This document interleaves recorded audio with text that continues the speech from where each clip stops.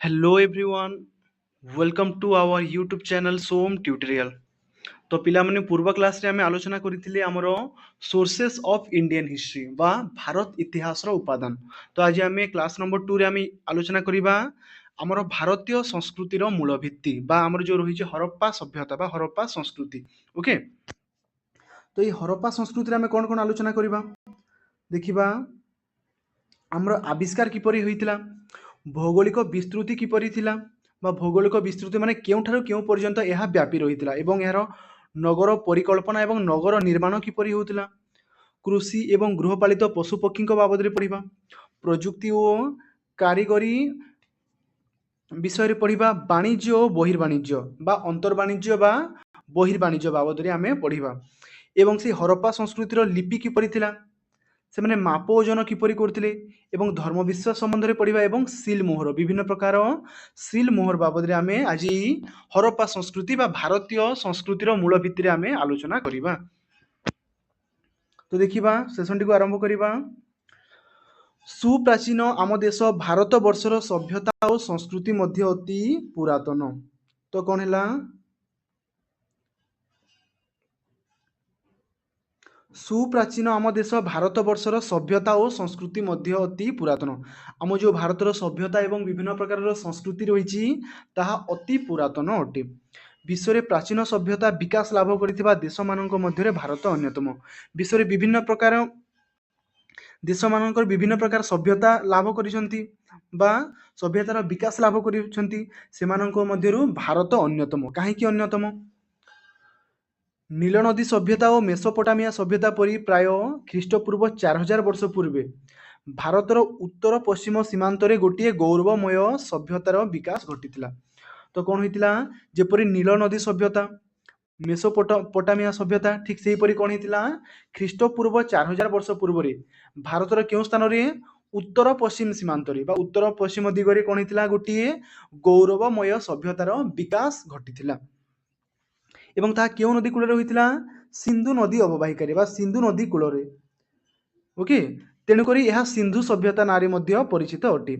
ସିନ୍ଧୁ ନଦୀ ଅବବାହିକାରେ ଏହି ସଭ୍ୟତା ଗଢ଼ି ଉଠିଥିବାରୁ ସାଧାରଣ ଭାବରେ ଏହାକୁ ସିନ୍ଧୁ ସଭ୍ୟତା ବୋଲି କୁହାଯାଏ ବା ସିନ୍ଧୁ ସଭ୍ୟତା ନାଁରେ ଏହା ପରିଚିତ। ଅଧିକନ୍ତୁ କ'ଣ ହୋଇଥାଏ, ଯେକୌଣସି ସଭ୍ୟତାର ଧ୍ୱଂସାବଶେଷ ପ୍ରଥମେ ଯେଉଁ ସ୍ଥାନରୁ ଆବିଷ୍କୃତ ହୋଇଥାଏ ସେହି ସ୍ଥାନର ନାମ ଅନୁସାରେ ମଧ୍ୟ ଅନେକ ସମୟରେ କ'ଣ ହୋଇଥାଏ, ସଭ୍ୟତାର ନାମକରଣ ହୋଇଥାଏ। ଯେପରିକି ସିନ୍ଧୁ ସଭ୍ୟତାର ପ୍ରଥମ ଚିହ୍ନ କେଉଁଠାରୁ ମିଳିଥିଲା, ହରପ୍ପାରୁ ମିଳିଥିଲା। ତେଣୁକରି ଏହାକୁ କ'ଣ କୁହାଯାଏ, ହରପ୍ପା ସଂସ୍କୃତି ବା ହରପ୍ପା ସଭ୍ୟତା ବୋଲି ମଧ୍ୟ କୁହାଯାଇଥାଏ। ଏବେ ଆମେ ଆଲୋଚନା କରିବା ଏହି ହରପ୍ପା ସଭ୍ୟତାର ଆବିଷ୍କାର କିପରି ହୋଇଥିଲା, କେଉଁମାନେ ଏହାକୁ ଆବିଷ୍କାର କରିଥିଲେ ଏବଂ କିପରି ଭାବରେ ଆବିଷ୍କାର କରିଥିଲେ ତାହାକୁ ଆମେ ଆଲୋଚନା କରିବା। ତ କ'ଣ ହେଇଥିଲା, ବିଂଶ ଶତାବ୍ଦୀର ପ୍ରଥମ 2 ଦଶକ ପର୍ଯ୍ୟନ୍ତ ଏହି ସଭ୍ୟତାର ଅବସ୍ଥିତି ବିଷୟରେ ଐତିହାସିକଙ୍କର କୌଣସି ଧାରଣା ନଥିଲା। ତ କ'ଣ ହୋଇଥିଲା, ବିଂଶ ଶତାବ୍ଦୀର ଯେଉଁ ପ୍ରଥମ 2 ଶତକ ଥିଲା, 2 ଶତକ ପର୍ଯ୍ୟନ୍ତ କ'ଣ ହୋଇଥିଲା, କୌଣସି ଐତିହାସିକ ମାନେ ମଧ୍ୟ ଏହି ହରପ୍ପା ସଂସ୍କୃତି ବା ଏହି ସିନ୍ଧୁ ସଭ୍ୟତା ବାବଦରେ କିଛି ମଧ୍ୟ ଜାଣିନଥିଲେ। ଏପରିକି ସେଠାକାର ସ୍ଥାନୀୟ ଅଧିବାସୀ ମାନେ ମଧ୍ୟ ଏହି ସଭ୍ୟତା ବିଷୟରେ ପୁରାପୁରି ଅଜ୍ଞ। ଏପରିକି କ'ଣ ହୋଇଥିଲା, ସେଇ ଆଖାପାଖି ଅଞ୍ଚଳରେ ରହୁଥିବା ବ୍ୟକ୍ତିବିଶେଷ ମାନେ ମଧ୍ୟ ଏଠାରେ ପୂର୍ବରୁ କୌଣସି ଗୋଟିଏ ସଭ୍ୟତା ଥିଲା ବୋଲି ମଧ୍ୟ ଜାଣିପାରି ନଥିଲେ। କାହିଁକି ନା ଆବିଷ୍କାର ବା ଖନନ କରାନ କଲେ ଆମେ ଜାଣିପାରିବା କି କ'ଣ ଥିଲା କ'ଣ ନାହିଁ। ତେଣୁକରି ଆମେ ପଢ଼ିଥିଲେ ପ୍ରଥମ ମାନେ ୟୁନିଟ୍ 1ରେ କି ସୋର୍ସେସ୍ ଅଫ୍ ଇଣ୍ଡିଆନ୍ ହିଷ୍ଟ୍ରି, ସେ ଉପାଦାନ ଗୁଡ଼ିକୁ ନେଇ ଆମେ ଇତିହାସ ଜାଣିପାରିବା। ତ ଉପାଦାନ କିପରି ମିଳିବ, ଖନନ କଲେ। ତ ଖନନ ବା ତ କ'ଣ ହେଇଥିଲା, କିଏ ସେଟାକୁ ଖନନ କରିବା ପାଇଁ ଯାଇଥିଲେ। ଏହି ସଭ୍ୟତାର ବା ଏହି ସଭ୍ୟତା ଆବିଷ୍କାର ହେବାର ପାଖାପାଖି 100 ବର୍ଷ ପଛକୁ ଆମେ ଫେରିଯିବା। ତ କ'ଣ ହୋଇଥିଲା, 1826 ମସିହାରେ କ'ଣ ହେଇଥିଲା, ଚାର୍ଲସ ମେସନ ନାମକ ଜଣେ ଦୁଃସାହସିକ ଯାତ୍ରୀ ହରପ୍ପା ଅଞ୍ଚଳକୁ ବୁଲିବାକୁ ଯାଇଥିବା ବେଳେ କ'ଣ ହେଇଥିଲା, ବହୁତ ଗୁଡ଼ିଏ ସାନ ପାହାଡ଼ ମାଟି ଗଦା ପରି ପଡ଼ି ରହିଥିଲା ଏବଂ ତାହାକୁ ସେ ତାଙ୍କ ଆଖିରେ ଦେଖିଥିଲେ ଏବଂ ଏସବୁର ଗୁରୁତ୍ୱ ଜାଣିବାକୁ ସେ ଚେଷ୍ଟା କରିଥିଲେ, ତଥାପି ମଧ୍ୟ ସେ ଜାଣିପାରି ନଥିଲେ। ଏହାପରେ କ'ଣ ହୋଇଥିବ ଦେଖିବା। ତ ଏହାପରେ କ'ଣ ହେଇଥିଲା, କିଛି ବର୍ଷ ପରେ ଅନ୍ୟ ଜଣେ ପର୍ଯ୍ୟଟକ, ତ ପ୍ରଥମେ କିଏ ଆସିଥିଲେ, ପ୍ରଥମେ ଆସିଥିଲେ ଆମର 1826 ମସିହାରେ ଚାର୍ଲସ ମେସନ। ଏହାପରେ କିଏ ଆସିବେ, କିଛି ବର୍ଷ ପରେ କିଏ ଆସିଥିଲେ? ଆଲେକ୍ଜାଣ୍ଡାର ବର୍ନେସ୍। କିଏ? ଆଲେକ୍ଜାଣ୍ଡାର ବର୍ନେସ୍। ଇଏ କ'ଣ କରିଥିଲେ? ହରପ୍ପାରେ ସେହି ମାଟି ଗଦା ସବୁକୁ ଦେଖି ମେସନଙ୍କ ପରି ଏହାର ଐତିହାସିକ ବୈଶିଷ୍ଟ୍ୟକୁ ବୁଝିପାରିଲେ ନାହିଁ। ଯେପରିକି ମେସନ ଏହି ମାଟି ଗଦାକୁ ଦେଖି କିଛି ବୁଝିପାରିନଥିଲେ, ଠିକ୍ ସେହିପରି କ'ଣ ହେଇଥିଲା? ଏଇ ଆଲେକ୍ଜାଣ୍ଡାର ବର୍ନେସ୍ ମଧ୍ୟ ଏହାକୁ ଦେଖି କିଛି ମଧ୍ୟ ଅନୁମାନ କରିପାରିନଥିଲେ। ଏହାପରେ କ'ଣ ହେଇଥିଲା? ଇଷ୍ଟ ଇଣ୍ଡିଆ କମ୍ପାନୀର ସାମରିକ ଇଞ୍ଜିନିୟର ଆଲେକ୍ଜାଣ୍ଡାର କନିଂହାମଙ୍କ ପାଲି। ଏହାପରେ କିଏ ଆସିଥିଲେ? ପ୍ରଥମେ କିଏ ଆସିଥିଲେ? ମେସନ। ଏହାପରେ କିଏ ଆସିଥିଲେ? ଆଲେକ୍ଜାଣ୍ଡାର ବର୍ନେସ୍। ଏବଂ ଏ ଦୁଇ ଜଣଙ୍କ ପରେ 3 ନମ୍ବରରେ କିଏ ଆସିଥିଲେ? ଆଲେକ୍ଜାଣ୍ଡାର କନିଂହାମ। ଓକେ। ତ କ'ଣ ହେଇଥିଲା? ପ୍ରତ୍ନତତ୍ତ୍ୱରେ ଆଗ୍ରହ ଥିବାରୁ ସେ ଆଲେକ୍ଜାଣ୍ଡାର କନିଂହାମଙ୍କ କ'ଣ ଇଚ୍ଛା ଥିଲା? ପ୍ରତ୍ନତତ୍ତ୍ୱ ବା ଖନନ କାର୍ଯ୍ୟ। ତେଣୁ ସେ କ'ଣ କରିଥିଲେ? ହରପ୍ପାରେ ଖନନ କାର୍ଯ୍ୟ କରିଥିଲେ। ତଥାପି ମଧ୍ୟ ସେଠାରୁ କିଛି ପାଇନଥିଲେ, କାହିଁକିନା ସେ ଉପରୁ ଉପରୁ ଖନନ କରିଥିଲେ। ଆମକୁ କୌଣସି ସଭ୍ୟତା ବାବଦରେ ଜାଣିବାକୁ ହେଲେ ଟିକେ ଭିତରୁ ଖନନ କରିବାକୁ ପଡ଼ିବ, ଯାହାକି ବିଭିନ୍ନ ପ୍ରକାର ମୁଦ୍ରା, ମୋହର, ଶିଳାଲେଖ, ଲିପି ଏହା ମାଟି ତଳେ ଚାପି ହୋଇ ରହିଯାଇଥାଏ। ତାହାକୁ ଆମେ ଜାଣିଲେ ବା ତାହାକୁ ପାଇପାରିଲେ ଆମେ କୌଣସି ସଭ୍ୟତା ବା ସଂସ୍କୃତି ବିଷୟରେ ଆମେ ଆଗକୁ ଜାଣିପାରିବା। ତ ପୁଣି କ'ଣ ହେଇଥିଲା? 1872 ମସିହାରେ ଦ୍ୱିତୀୟ ଥର ପାଇଁ ସେ ଆସିଲେ। କିଏ ଆସିଥିଲେ? ଏଇ ଆଲେକ୍ଜାଣ୍ଡାର କନିଂହାମ। ଏଥର ସେ କେଉଁ ପଦବୀରେ ଥିଲେ? ଭାରତୀୟ ପ୍ରତ୍ନତତ୍ତ୍ୱ ବା ପ୍ରତ୍ନତାତ୍ତ୍ୱିକ ସର୍ଭେର ମହାନିର୍ଦ୍ଦେଶକ। ଓକେ। ହରପ୍ପା ଆସିବା ପରେ ଏହି ସବୁ ପାହାଡ଼ ପରି ମାଟି ଗଦାର ଅବସ୍ଥା ଦେଖି ତାଙ୍କୁ ଭାରି ଖରାପ ଲାଗିଲା। ସେ କ'ଣ କଲେ? ରେଳବାଇ କଣ୍ଟ୍ରାକ୍ଟର ମାନେ ଏହି ସବୁ ଗଦାରୁ ଇଟା ଖୋଲି ଖୋଲି ନିର୍ମାଣ କାର୍ଯ୍ୟରେ ବ୍ୟବହାର କରୁଥାନ୍ତି। ତ କ'ଣ କରୁଥିଲେ? ରେଳବାଇ କଣ୍ଟ୍ରାକ୍ଟର ମାନେ କ'ଣ କରୁଥିଲେ? ଏହି ସବୁ ମାଟି ଗଦାରୁ ଇଟା ଖୋଲି ଅନ୍ୟ କୌଣସି କାର୍ଯ୍ୟ ପାଇଁ ସେମାନେ ନେଉଥିଲେ ସେ ଇଟାକୁ। କାଳ ବିଳମ୍ବ ନକରି ସେ କ'ଣ କଲେ? ପୁନର୍ବାର ସେ ସେହି ସ୍ଥାନରେ କ'ଣ କଲେ? ଖନନ କାର୍ଯ୍ୟ ଆରମ୍ଭ କରିଥିଲେ। ଏବଂ ଖନନ କାର୍ଯ୍ୟ ଆରମ୍ଭ କରିବା ଦ୍ୱାରା ସେ ସେଠାରୁ କ'ଣ କ'ଣ ପାଇଥିଲେ? ପଥରର ହତିଆର, ଗୃହୋପକରଣ, ମାଟି ସାମଗ୍ରୀ ଏବଂ ଗୋଟିଏ ସିଲ୍ ମୋହର ପାଇଥିଲେ। କନିଂହାମ କ'ଣ କଲେ? ଏସବୁ ଅବଶେଷର ସଠିକ୍ ସମୟ ନିରୂପଣ କରିପାରିଲେ ନାହିଁ ଏବଂ ଏସବୁ ତଥ୍ୟକୁ ସେ ଦେଖି ଏହାର ସଠିକ୍ ତଥ୍ୟ ସେ ବା ସଠିକ୍ ସମୟକୁ ସେ ନିରୂପଣ କରିପାରିନଥିଲେ। ଏହାପରେ କ'ଣ ହେଲା? ଦିନ ଗଡ଼ି ଚାଲିଲା। କ'ଣ ହେଇଥିଲା? 1917 ମସିହାରେ କାଳିବଙ୍ଗାନ ଠାରେ ଖନନ କାର୍ଯ୍ୟ ଆରମ୍ଭ ହୋଇଥିଲା। ଏହା ଏକ ଗୁରୁତ୍ୱପୂର୍ଣ୍ଣ ସର୍ଟ କ୍ୱେଶ୍ଚିନ୍। ତ କାଳିବଙ୍ଗାନ ଠାରେ କେବେ ଖନନ କାର୍ଯ୍ୟ ଆରମ୍ଭ ହୋଇଥିଲା? 1917 ମସିହାରେ। ଓକେ। ଏବଂ ଏଠାରେ ହେଲେ ମଧ୍ୟ କିଛି ସତ୍ୟତା ପ୍ରକାଶ ପାଇନଥିଲା ବା ଏହା ଅପ୍ରକାଶିତ ରହିଯାଇଥିଲା। ଏହାପରେ କ'ଣ ହେଇଥିଲା? 1922-23 ମସିହାରେ ଭାରତୀୟ ପ୍ରତ୍ନତାତ୍ତ୍ୱିକ ସର୍ଭେ ବିଭାଗ ବା ଆର୍କିଓଲୋଜିକାଲ ସର୍ଭେ ଅଫ୍ ଇଣ୍ଡିଆ କ'ଣ କଲେ? ଏହାଙ୍କ ଦ୍ୱାରା କ'ଣ ହେଇଥିଲା? ଯେଉଁମାନେ କି ଅଛନ୍ତି ସାର ଜନ୍ ମାର୍ଶାଲ, ଦୟାରାମ ସାହାଣୀ ଏବଂ ରାଖାଲ ଦାସ ବାନାର୍ଜୀ। ତ ଏହି ପ୍ରତ୍ନତାତ୍ତ୍ୱିକ ସର୍ଭେ ବିଭାଗରେ କିଏ କିଏ ଥିଲେ? ସାର ଜନ୍ ମାର୍ଶାଲ, ଦୟାରାମ ସାହାଣୀ ଓ ରାଖାଲ ଦାସ ବାନାର୍ଜୀ। ଏମାନଙ୍କ ପ୍ରଚେଷ୍ଟା ଦ୍ୱାରା କ'ଣ ହେଇଥିଲା? ସିନ୍ଧୁ ନଦୀ ଅବବାହିକାରେ କ'ଣ ହେଇଥିଲା? ଏକ ପ୍ରାଚୀନ ସଭ୍ୟତାର ଅନୁସନ୍ଧାନ ମିଳିଥିଲା। ଓକେ। ତ କ'ଣ ହେଇଥିଲା? ଏହି ଦୟାରାମ ସାହାଣୀ, ରାଖାଲ ଦାସ ବାନାର୍ଜୀ ଏବଂ ସାର ଜନ୍ ମାର୍ଶାଲଙ୍କ ଦ୍ୱାରା ସିନ୍ଧୁ ନଦୀ ଅବବାହିକାରେ କ'ଣ ହେଇଥିଲା? ଗୋଟିଏ ପ୍ରାଚୀନ ସଭ୍ୟତା ମିଳିଥିଲା। ଏହାକୁ ଆମେ କହିପାରିବା ସିନ୍ଧୁ ସଭ୍ୟତା ବା ହରପ୍ପା ସଭ୍ୟତା ବୋଲି ଆମେ କହିପାରିବା। ତ ଏଇ ଯୋଉ ଦୁଇ ଗୋଟି ମାନେ କ'ଣ ମିଳିଥିଲା? ଆମକୁ ପ୍ରାଚୀନ ସଭ୍ୟତାର ଅନୁସନ୍ଧାନ ମିଳିଥିଲା ଏବଂ ଏହି ସମସ୍ତଙ୍କ ଖନନ ଦ୍ୱାରା ଆବିଷ୍କୃତ ହୋଇଥିଲା ଦୁଇଟି ସମୃଦ୍ଧମୟୀ ନଗରୀ। ଏବଂ ଏହା ଯେଉଁ ଖନନ କରିଥିଲେ ଦୁଇଟି ସମୃଦ୍ଧମୟୀ ବା ଦୁଇ ଗୋଟି ନଗର ସେମାନେ ପାଇଥିଲେ। କ'ଣ କ'ଣ ସେଇଟା? ଗୋଟିଏ ଥିଲା ହରପ୍ପା ଓ ଅନ୍ୟଟି ଥିଲା ମହେଞ୍ଜୋଦାରୋ। କ'ଣ? ଗୋଟିଏ ଥିଲା ହରପ୍ପା ଏବଂ ଅନ୍ୟଟି ଥିଲା ମହେଞ୍ଜୋଦାରୋ। ତ ହରପ୍ପା କେଉଁଠି ମିଳିଥିଲା ଏବଂ ମହେଞ୍ଜୋଦାରୋ କେଉଁଠାରୁ ମିଳିଥିଲା ଦେଖିବା। ଦୁଇଟି ନଗରୀ ମଧ୍ୟରୁ ପ୍ରଥମ କ'ଣ ଥିଲା? ହରପ୍ପା ଏବଂ ଦ୍ୱିତୀୟରେ କ'ଣ ଥିଲା? ମହେଞ୍ଜୋଦାରୋ। ତ ହରପ୍ପା କେଉଁଠି ଥିଲା? ପ୍ରଥମ ନଗରୀଟି ଥିଲା ପଞ୍ଜାବ ପ୍ରଦେଶର ମଣ୍ଟମୋଗୋରୀ ଜିଲ୍ଲାର ଇରାବତୀ ନଦୀ କୂଳରେ ଅବସ୍ଥିତ ହରପ୍ପା। ତ ପ୍ରଥମ ନଗରୀଟି କ'ଣ ଥିଲା? ହରପ୍ପା ଏବଂ ତାହା କେଉଁ ସ୍ଥାନରେ ଅବସ୍ଥିତ ଥିଲା? ପଞ୍ଜାବ ପ୍ରଦେଶର, ନୋଟ୍ କରିଦେବ ପିଲାମାନେ, ପଞ୍ଜାବ ପ୍ରଦେଶର ମଣ୍ଟମୋଗୋରୀ ଜିଲ୍ଲାର ଇରାବତୀ ନଦୀ କୂଳରେ ଥିଲା ହରପ୍ପା। ଏବଂ ଦ୍ୱିତୀୟ ନଗରୀଟି କ'ଣ ଥିଲା? ସିନ୍ଧୁ ପ୍ରଦେଶର ଲାରକାନା ଜିଲ୍ଲାର ସିନ୍ଧୁ ନଦୀ କୂଳ। କ'ଣ? ସିନ୍ଧୁ ପ୍ରଦେଶର ଲାରକାନା ଜିଲ୍ଲାର ସିନ୍ଧୁ ନଦୀ କୂଳରେ କ'ଣ ମିଳିଥିଲା? ମହେଞ୍ଜୋଦାରୋ। ତ ସେଇ ଦୁଇ ଗୋଟି ନଗରୀ କ'ଣ କ'ଣ ଥିଲା? ହରପ୍ପା ଏବଂ ମହେଞ୍ଜୋଦାରୋ। ତ ହରପ୍ପା କେଉଁଠାରେ ଥିଲା? ପଞ୍ଜାବ ପ୍ରଦେଶର ମଣ୍ଟମୋଗୋରୀ ଜିଲ୍ଲାର ଇରାବତୀ ନଦୀ କୂଳରେ ଏବଂ ମହେଞ୍ଜୋଦାରୋ କେଉଁଠାରେ ଥିଲା? ସିନ୍ଧୁ ପ୍ରଦେଶର ଲାରକାନା ଜିଲ୍ଲାର କ'ଣ? ସିନ୍ଧୁ ପ୍ରଦେଶର ଲାରକାନା ଜିଲ୍ଲାର ସିନ୍ଧୁ ନଦୀ କୂଳରେ ମହେଞ୍ଜୋଦାରୋ ଥିଲା। ଏହି ଦୁଇଟି ନଗରୀ ଥିଲା ହରପ୍ପା ସଂସ୍କୃତିର କେନ୍ଦ୍ରବିନ୍ଦୁ। ଯଦିଓ ଦୁଇଟି ନଗରୀ ମଧ୍ୟରେ ଦୂରତା ଥିଲା ମତଲବ ଦୂରତା କେତେ ଥିଲା 350 ମାଇଲ। ତ ହରପ୍ପା ଏବଂ ମହେଞ୍ଜୋଦାରୋ ମଧ୍ୟରେ ଦୂରତା କେତେ ଥିଲା 350 ମାଇଲ। ପ୍ରଶ୍ନ ଡାଇରେକ୍ଟ ପଚାରି ଦେଇଥାଏ। ତ କ'ଣ ହେଇଥିଲା ଭାରତ ବିଭାଜନ ପରେ, ତ ଯେତେବେଳେ ଭାରତ ବିଭାଜନ ହେଲା ଆମର 1947 ଅଗଷ୍ଟ ମାସ 15 ତାରିଖ ପରେ କ'ଣ ହେଇଥିଲା ଏହି ଦୁଇ ଗୋଟି ନଗରୀ ବା ହରପ୍ପା ଏବଂ ମହେଞ୍ଜୋଦାରୋ କେଉଁଠାରେ ଥିଲା ପାକିସ୍ତାନର ଅନ୍ତର୍ଭୁକ୍ତ ହୋଇଥିଲା। ଓକେ, ତ ହରପ୍ପା ସଂସ୍କୃତିର ଆବିଷ୍କାର ପରେ କ'ଣ ହେଇଥିଲା ସାର ଜର୍ଜ ମାର୍ଶଲ ଏହି ମତ ଦେଇଥିଲେ। ଏହାକୁ ଆମେ ଓଡ଼ିଆରେ ବୁଝିବା। କ'ଣ ଥିଲା ସେହି ମତଟି କି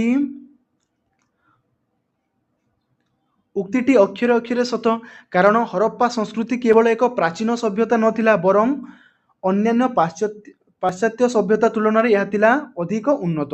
ବିଶେଷ କରି ଏହାର ନଗର ନିର୍ମାଣ ପ୍ରଣାଳୀ, ନାଗରିକଙ୍କର ଜୀବନଶୈଳୀ ଥିଲା ଅତି ମାର୍ଜିତ ଓ ଶୃଙ୍ଖଳିତ।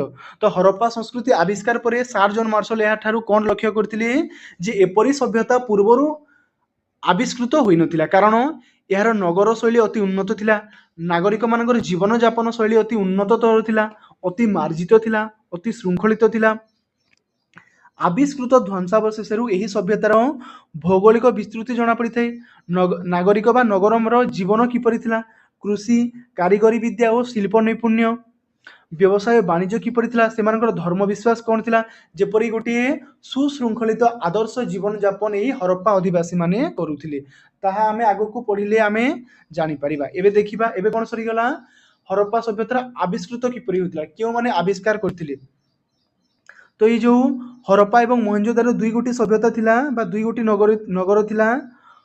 ତ ହରପ୍ପା କେଉଁଠାରେ ଥିଲା ପଞ୍ଜାବ ପ୍ରଦେଶର ମଣ୍ଟମୋଗୋରୀ ଜିଲ୍ଲାର ଇରାବତୀ ନଦୀ କୂଳରେ। ତ ହରପ୍ପାକୁ କିଏ ଆବିଷ୍କାର କରିଥିଲେ, କିଏ ଦୟାରାମ ସାହାଣୀ। ହରପ୍ପା ସଭ୍ୟତା କିଏ ଆବିଷ୍କାର କରିଥିଲେ ଦୟାରାମ ସାହାଣୀ। କେତେ ମସିହାରେ 1921ରେ ହରପ୍ପା ହୋଇଥିଲା ଏବଂ ମହେଞ୍ଜୋଦାରୋ କେବେ ହୋଇଥିଲା 1922ରେ।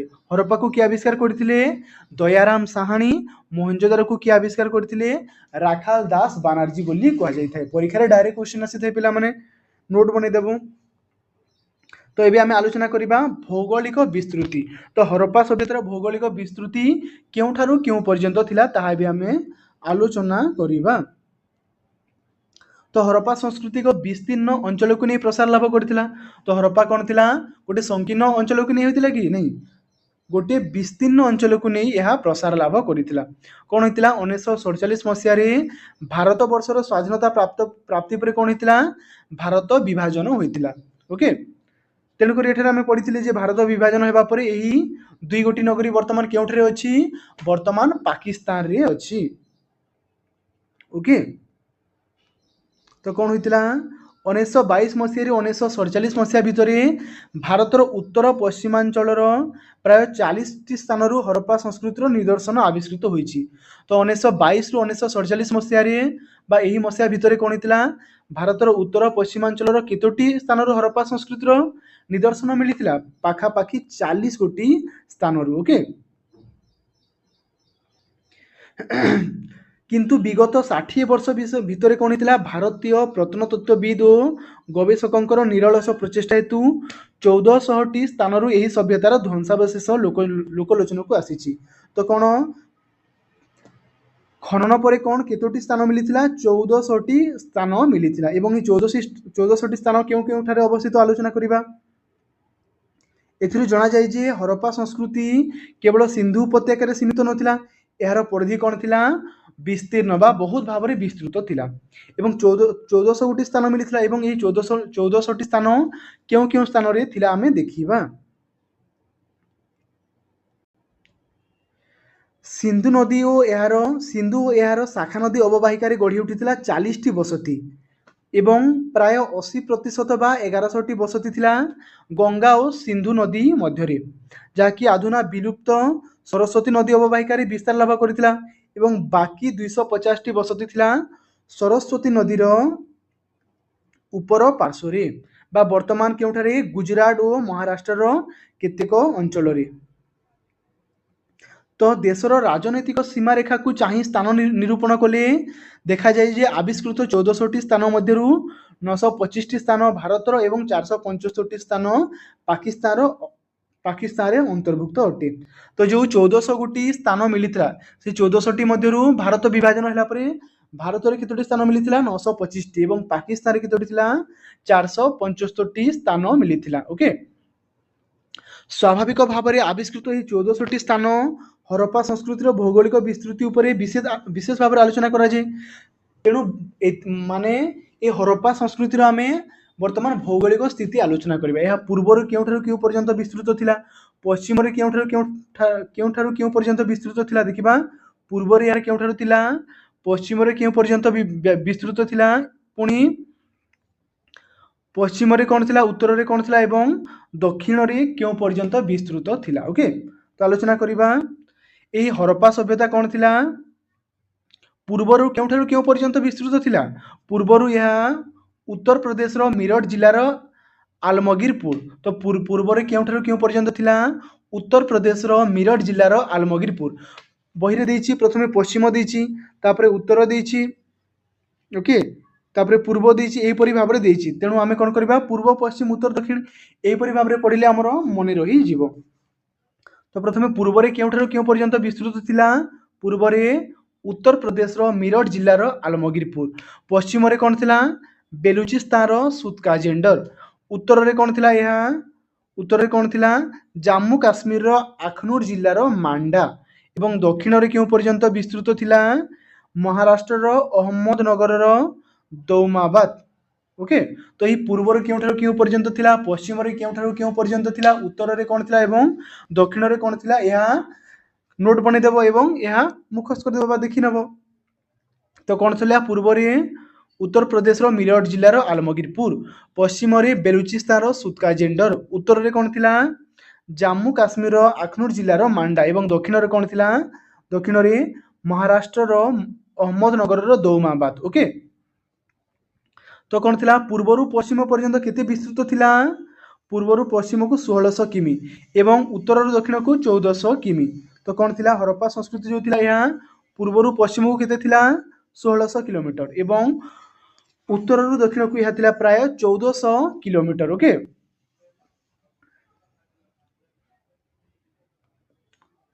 ए जो 1400 गोटी हमर स्थान मिली थिला, ओके, ताहाकू आकार एवं परिधि दृष्टि विभिन्न भाग रे भाग करा जायछि।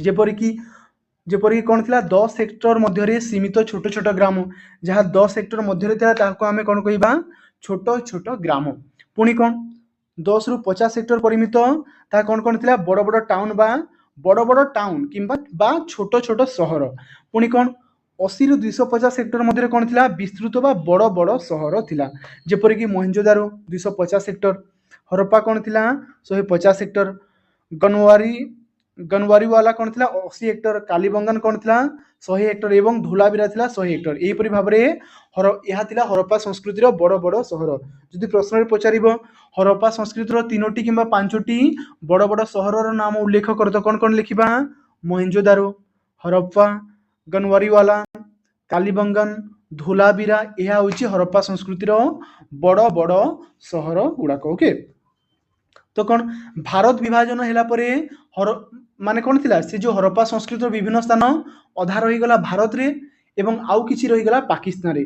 तो पाकिस्तान रे कौन कौन थिला एवं भारत रे कौन कौन थिला, यह मध्ये एक गुरुत्वपूर्ण विषय पिला माने प्रश्न रे पचारिबो जे भारत विभाजन हैला परे पाकिस्तान रे थिबा अंचल गुड़िकर नाम लेख, बा भारत विभाजन हैला परे भारत रे थिबा अंचल गुड़िकर नाम लेख।